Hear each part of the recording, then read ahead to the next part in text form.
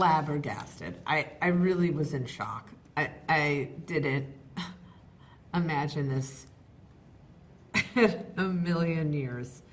So it took a long time for it to sink in. And then after talking with Jac and realizing kind of what she wanted to explore with Agatha this time around and go a little bit deeper, I was so excited as an actor, as an Agatha lover. I really couldn't wait, and advocate. I really couldn't wait to do that. It sounded like a dream. It's been so much fun to join the MCU. I've always loved Marvel and Marvel films and projects. So to be involved in one now, I don't know, it feels like a very surreal moment. And you know, Tina's such an amazing character. He's got so many layers to him, and I don't know, he's just fun to play such a mysterious part. She's definitely a witch through and through.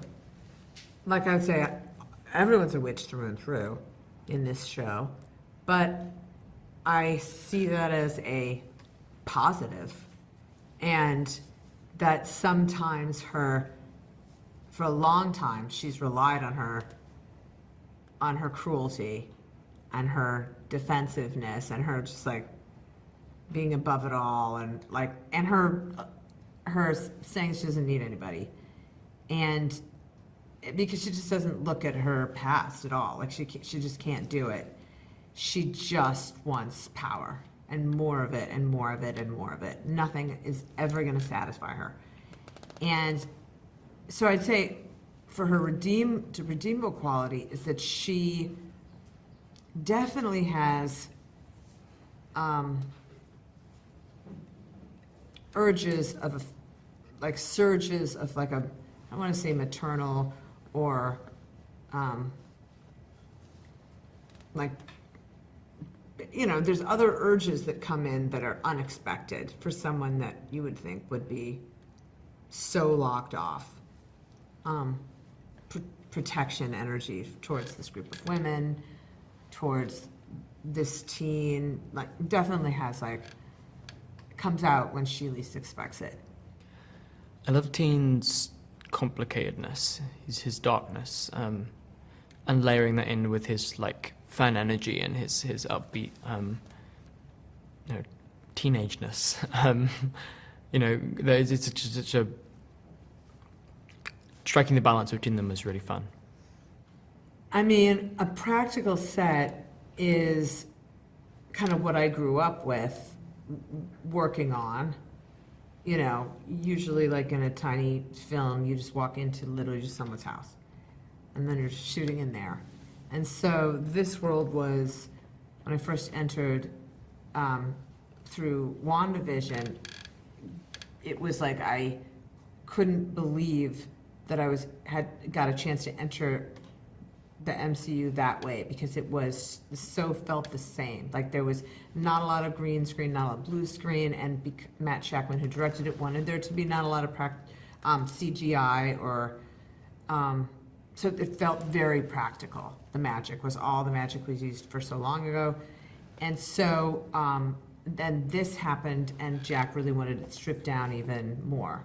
So I'd say the set that impressed me the most, and I think really landed at home that we were able to do this, and the art, so many artists that are involved, like I just was in awe, was the Witches Road set. This was the size of a football field and completely immersive. I mean, the practical sets, you know, as an actor, the thing you want most is be able to see the thing you're supposed to be acting in. So it makes that much easier than, you know, acting to a tennis ball. And the sets themselves, they were just so incredible. The detail and the layering and the, I don't know, hints to what's to come in the series that were just hidden in these sets was amazing. And all the special effects, you know, the water in episode 3 was so amazing. Like that was a possibility to do in reality. Just watching people at the top of their game, like doing their craft to the best. We were all really, I felt very, very lucky and blessed that it was this group of humans, especially for this witch who likes to work alone. It was a incredibly gifted, everyone more talented though. I mean, everyone so talented, legendary, and superstars. And it was, I felt, I think, a great amount of like, I just kept pinching myself because I felt so grateful to be surrounded by such talent, because I knew it was going to just raise the quality of the thing as a whole. Oh, I feel like the relationships that we've made together, you know, we've formed a coven, we've formed a bond between us all that is, I think, will last for a very, very, very long time. Me too. It's like a family. I feel very, very lucky to be a part of it. A ladder.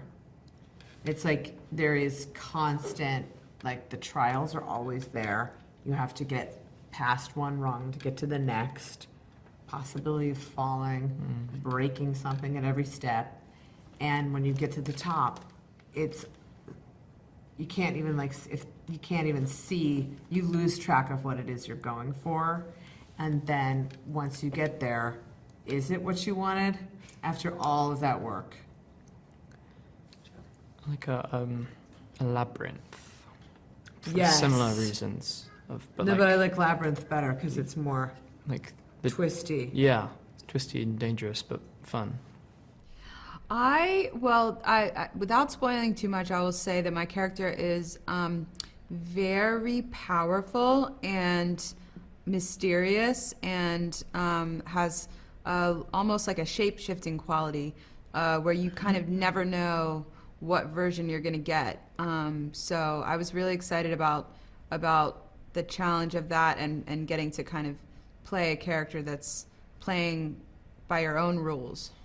I loved the practical elements of the show so much, and just the tangible quality of all the sets and all the kind of special effects. And yes, the set of the Witch's Road was kind of incredible. It made me feel like we were shooting The Wizard of Oz or something. Like I felt like, oh, this must have been what it felt like when they were shooting The Wizard of Oz, which I loved that.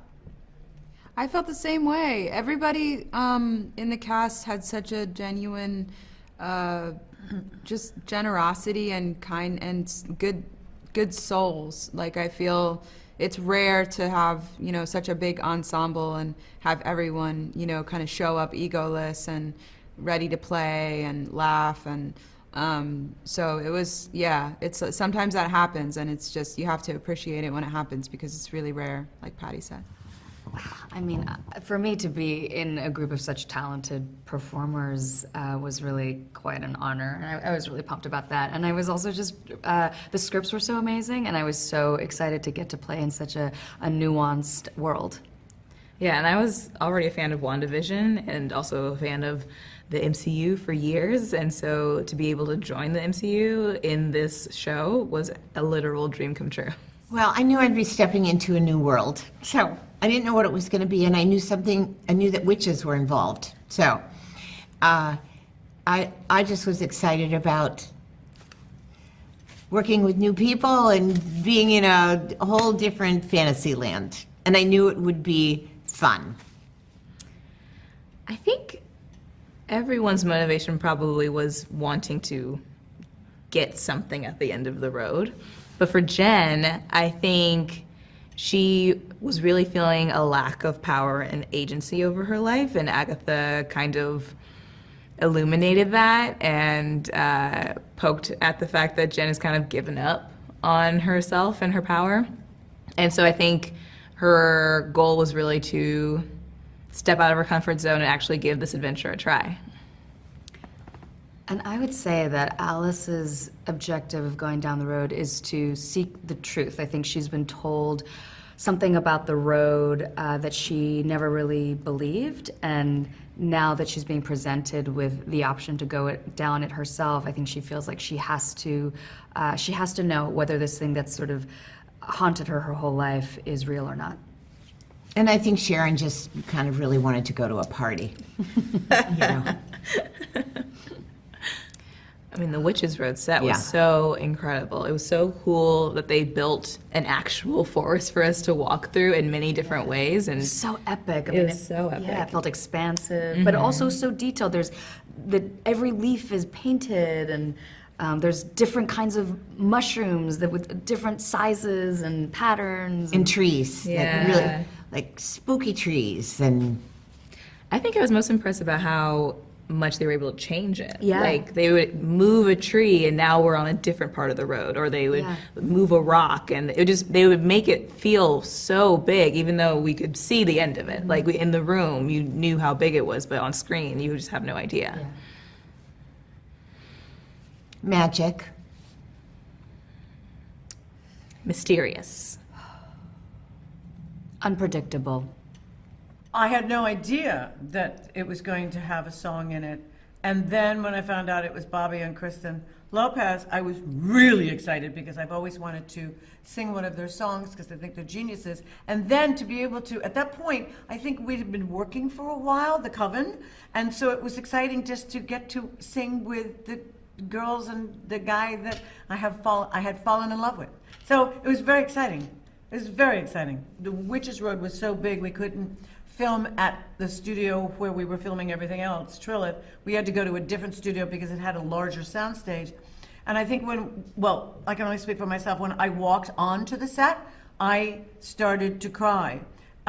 It was stunning in its majesty. I mean, I don't even know how to describe this except it just elevated my acting because of the environment I was in. And the artistry, the craftsmanship. And I understand that the production designer gave each of his crew a tree to design individually. And so we were constantly surprised as we walked the Witches Road at what we were seeing. And I mean, the production value in this is extraordinary. Everybody was at the top of their game. And I was continually blown away by the visual that I'm now asked to act in, to live in. It just made me a better actor. You know, you never know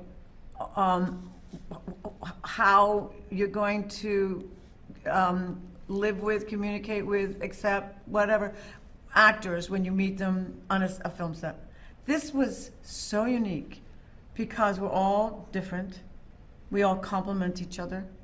And as I said earlier, you know, Jac created an equal environment, equal and supportive and loving environment, so that it was very easy to act with everybody, extremely easy to act with everybody, individually or as if we had scenes, collective scenes, there was respect, enormous respect.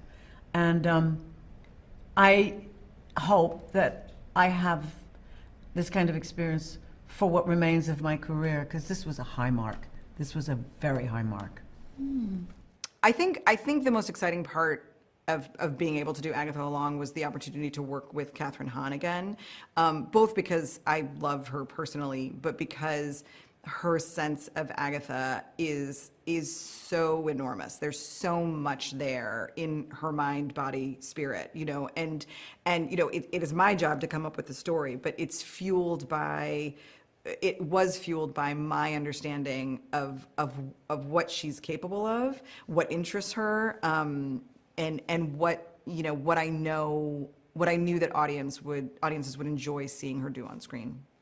We did an enormous amount of research on witches. Like, that was really a lot of the early days in the room.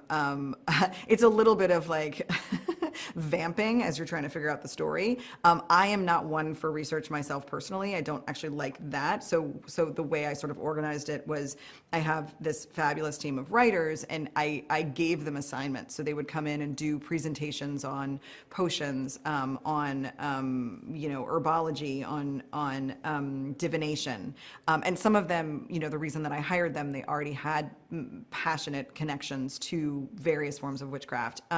So, you know, there was that, and then we spoke to a witch, which was, you know, really impactful.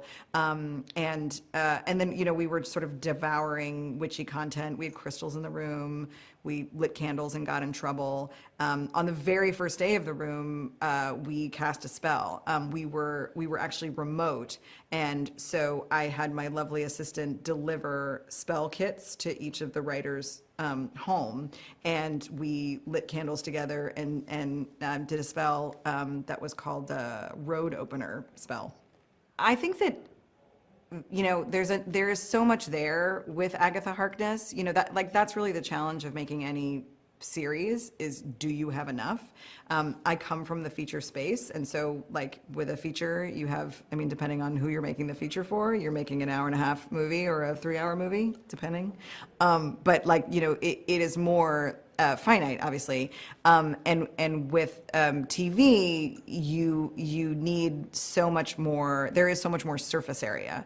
And with Agatha, because she is a liar and a performer and she wears so many masks, to me, like, it's sort of like, it feels infinite, because like anytime you peel back a layer, there's going to be another layer of lies and performance underneath it. And that's really sort of the journey of the show, is peeling back those layers. So The Witch's Road, it's hard to remember the exact moments, the moment where that kind of clicked. We had the idea that I really wanted to put Agatha in a situation where she was forced to assemble a coven. Like, that seemed really like a terrific opportunity for both comedy and drama, because it's just all conflict all the time. And also it had very sort of heisty vibes, and I that seemed right for her because she's a con artist.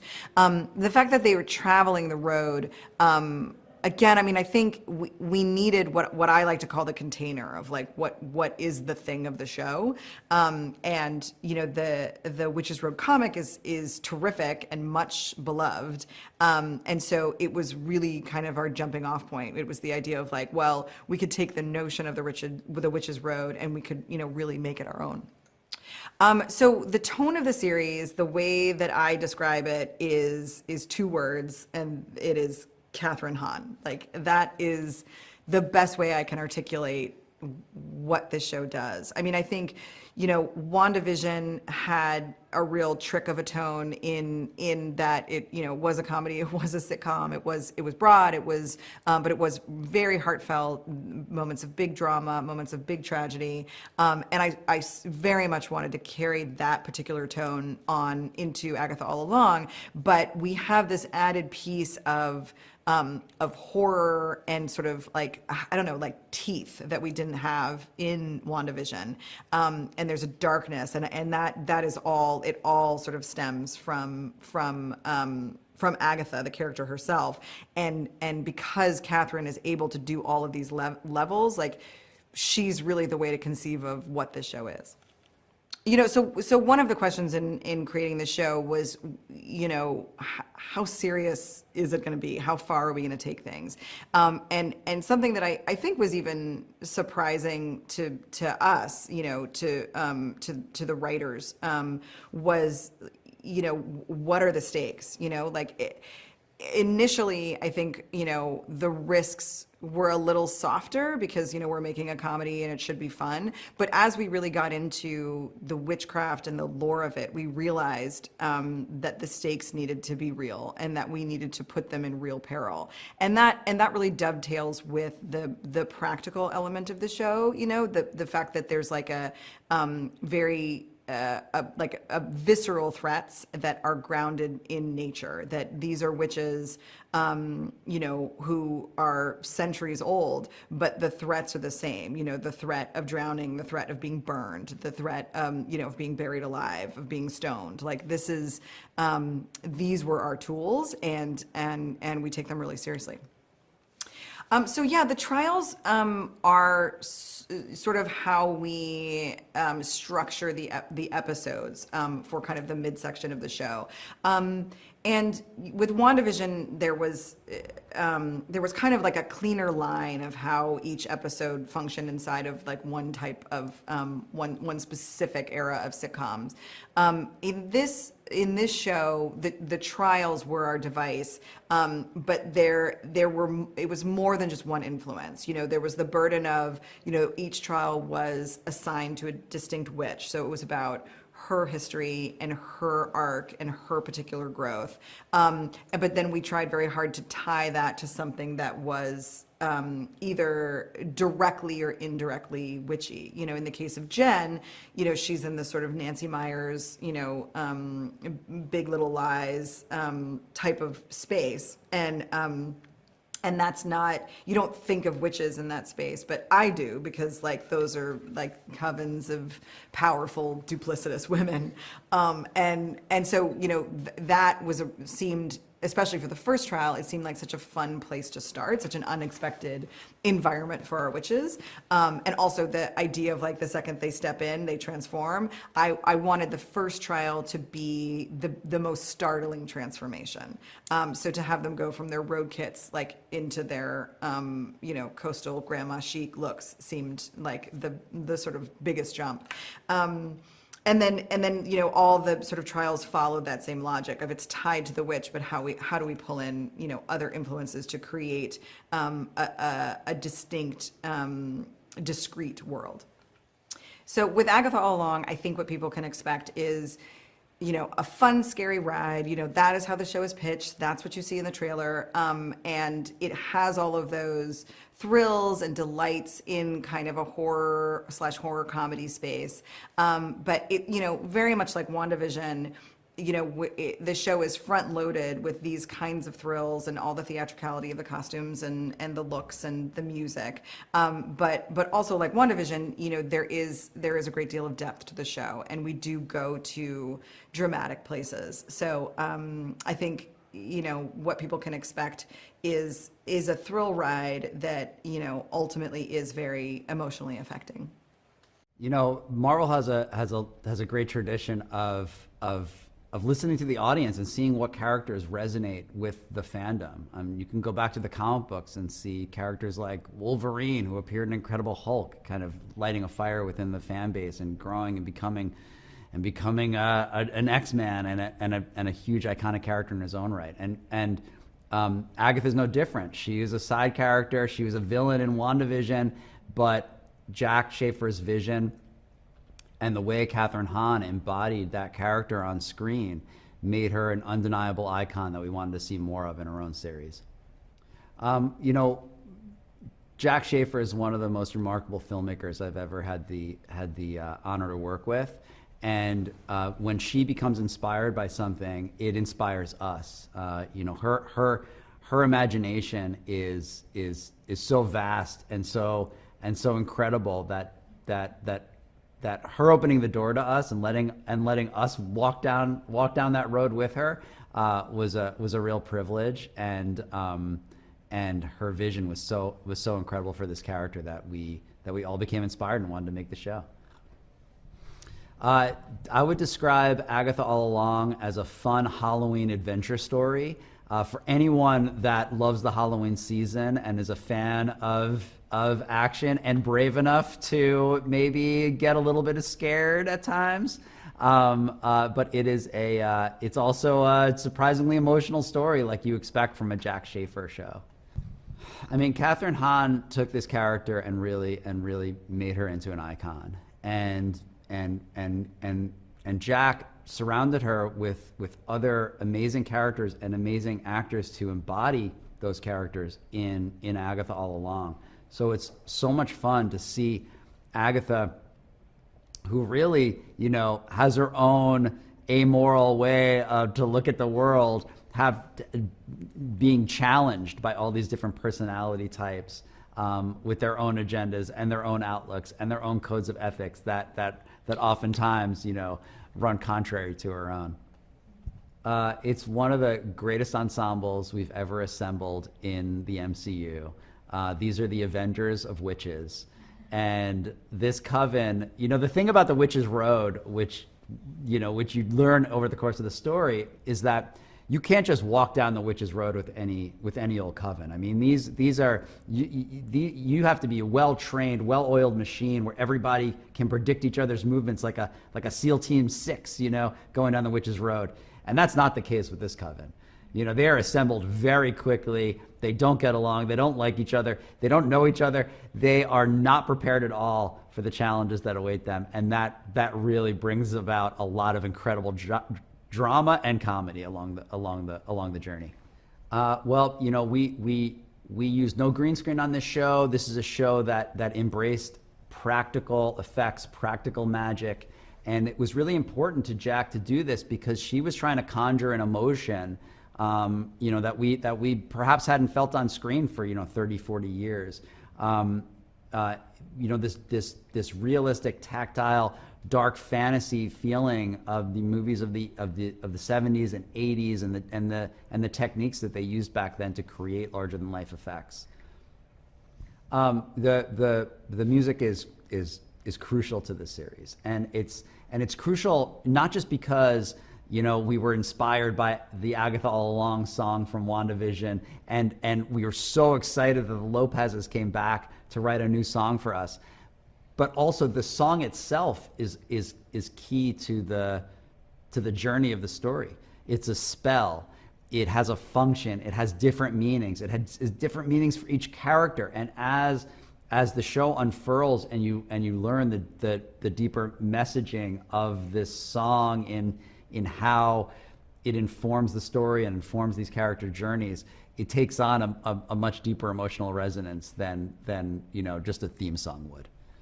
I think that they should expect a fun adventure story, a lot of surprises, a lot of thrills, a lot of laughs, and some real emotional heft that only Jac Schaeffer could bring to the screen.